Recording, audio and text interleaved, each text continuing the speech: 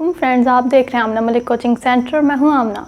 Class आज के इस लेक्चर में हम लोग बेसिकली डिस्कस करने वाले हैं फर्स्ट ऑर्डर डिफरेंशियल इक्वेशंस को। इनको हम लोगों ने सॉल्व करना है। क्लास जब भी कोई इस तरह का सवाल हो ना, चाहे वो इंटर में हो चाहे वो बैचलर्स में हो, what kind of degree it must be, कि D Y by D X की फॉर्म में X square this much quantity, यानी कि एक तरफ आपको गिवन हो derivative D by D X हो सकता है, टी हो सकता है, वट एवर इट में भी, कुछ भी हो सकता है डी बाई डी की फॉर्म में। जब कोई इस तरह का सवाल दिया हो ना, तो फ़ौरन से दिमाग में स्टक करना चाहिए कि यहाँ पर हमने इंटीग्रेशन ही करनी है, चाहे जैसे भी सॉल्व करें इसको। तो इंटीग्रेशन करने के लिए सबसे पहला रूल है हमारे पास, हमने इसके वेरिएबल को सेपरेट करना है। सेपरेट वेरिएबल,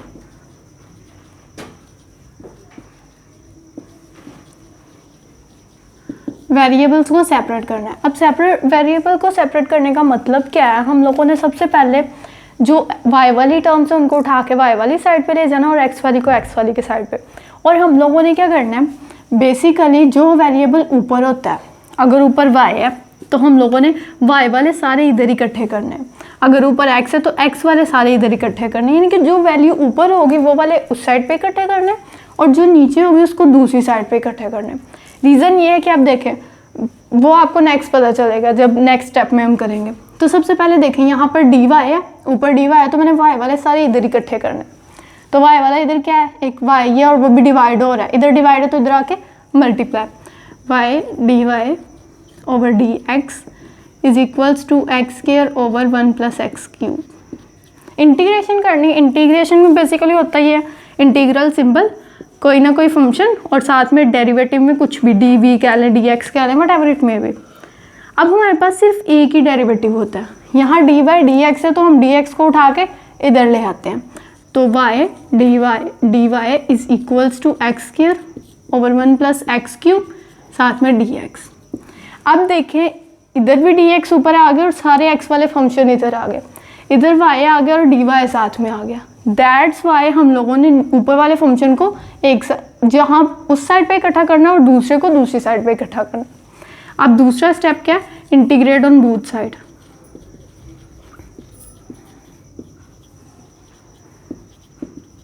इंटीग्रेट करते तो integral sine y d y is equals to integration x square over 1 plus x cube d x. अब देखें ये क्या है, वाई डी वाई, किसी भी फंक्शन का इंटीग्रेशन क्या होती है, वाई है तो इसके ऊपर पावर रूल लग जाएगा, वाई की power 1 plus 1 over 1 plus 1। Basically integration में रूल क्या होता है कि x dx is equal X की power n, dx is equals to x n plus 1 over n plus 1।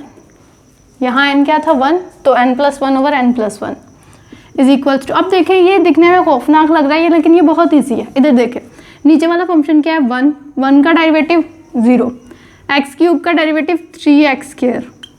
अब देखो ऊपर एक्स स्क्वायर है, 3 नहीं है, तो मैं क्या करूँगी 3 से मल्टीप्लाई और डिवाइड करा दूँगी, 3x square over 1 plus x cube d x.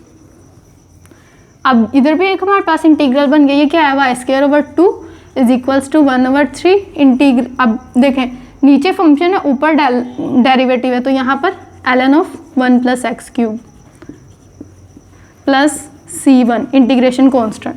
यहाँ पर मैंने c1 लगाया, c1 क्यों नहीं, c1 लगाया है, c क्यों नहीं लगाया, रीज़न ये है कि अभी हमने इसको सॉल्व करना है। अभी हमने यहाँ पर सॉल्व करने का मतलब है हमने y की वैल्यू निकाल कर देनी है, तो इट मीन्स कि इसको अभी मज़ीद सिंप्लीफिकेशन करनी है, तो इसलिए यहाँ पर c1 लिया। अब क्या करते हैं, मल्टीप्लाइंग बोथ साइड विद 6, क्योंकि यहाँ पर एलसीएम आ रहा है 6,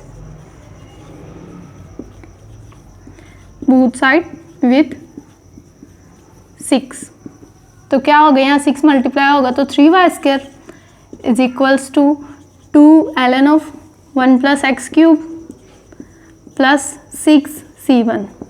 अब देखिए मज़ीद सिंप्लीफाई नहीं हो सकता, तो 6 हम कह देंगे 6 c1 is equals to c, because किसी भी कांस्टेंट से कोई कांस्टेंट मल्टीप्लाई हो तो फिर भी आंसर कांस्टेंट ही आएगा। तो 3y square is equals to 2 ln of 1 plus x cube plus c। अब ये देखें, ये टर्म इधर प्लस है, इधर आके minus, 3y square minus 2 times ln of 1 plus x cube is equals to c, answer.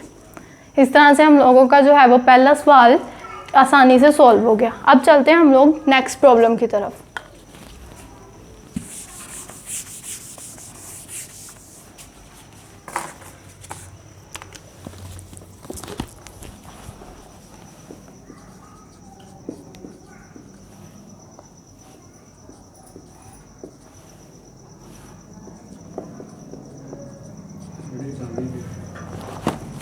अब क्लास देखें हम लोगों ने, सबसे पहला स्टेप ये हमारे पास क्वेश्चन नंबर 2 है।